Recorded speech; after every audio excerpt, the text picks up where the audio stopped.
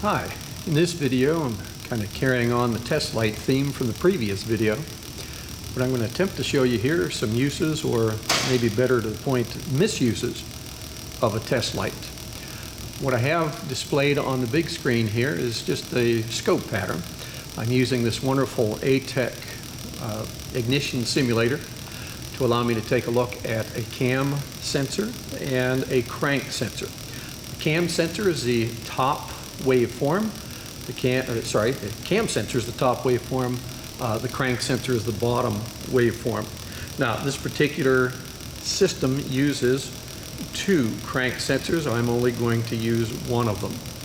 So that's our pattern. Now, again, the purpose is not to show you what a good pattern looks like or what we can derive from the patterns. It's going to show you the effects of the test lights on these patterns. So with that, we'll go back to our test lights. Now, if you watched the previous video, you remember that we had three test lights. One of them was an LED. The other two were incandescent. Let's take a look at the LED first. We've got the LED test light right here. This is the Snap-on. This is a very nice test light. And you have to take my word for it, because I'm not going to measure the amperage in this video. I did that in the last one. This pulls about 12 milliamps or so at around 13 volts. So what I have here, I've got scope leads connected to the red lead here, my cam sensor. This is the signal back to the PCM. This is the crank sensor, and this red lead is into the signal back to the PCM. For my ground, I'm grounding both channels at the signal return or the signal ground of the cam. I could have done just a regular chassis ground if I wanted to here, but I'm using this. It's available and it's convenient for me. All right, well, these sensors are Hall effect type sensors, so I know I need to have some type of voltage source, a ground, and then my signal.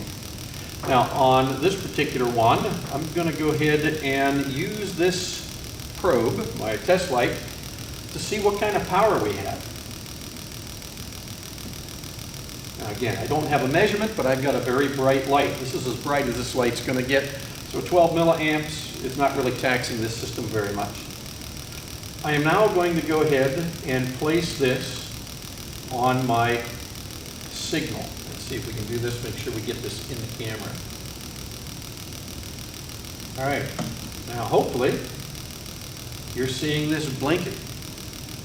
And again, 12 milliamps is not going to give me any kind of huge draw on this.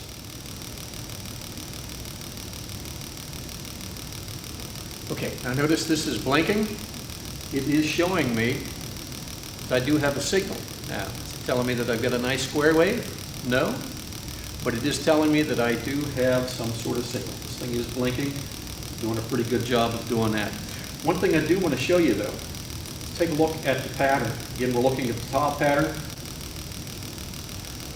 With the light removed, you can see that my line here is at about 4.5 volts. Okay. Now, as soon as I touch this to the signal, notice that I do have a drop. So even though this is pulling only 12 milliamps, it is affecting the circuit. Now, it's only pulling the circuit down possibly 1/4 of a volt, maybe 3/10 of a volt, but it is still adding a load. In this particular case, it's not giving me any kind of trouble at all. All right, now I'm going to go down and hopefully I'm going to contact the crank sensor signal. Now, look at that. Once I get it on there good, you can barely discern a blinking of this light. Okay. Notice that the voltage of my crank signal, again, this is the lower signal there, that has been decreased also by maybe 1/4 to 3/10 of a volt. Okay, let me remove it. And you can see it jumps back up to about 4.5 volts there. So again, even though I'm pulling very low current, I am still affecting the circuit. And again, there, we can see that it is blinking somewhat. The reason we don't see it blinking as cleanly as our cam Is that with the cam signal? First off, the cam is only spinning half the speed of the crankshaft. Secondly, I only have one tooth on that camshaft that's really being registered here. So the events, very, very few as compared with the crankshaft. So again, much, much lower frequency, easy to see with the cam versus a higher frequency because again, the crankshaft is spinning twice the speed and it has, I don't know, I think this one maybe has 50 teeth on it or so, somewhere thereabouts. So maybe not quite that many, but still a lot more teeth. So the frequency is higher. You can again discern a little bit of a blinking, but it's not nearly as clean as we saw with the cam.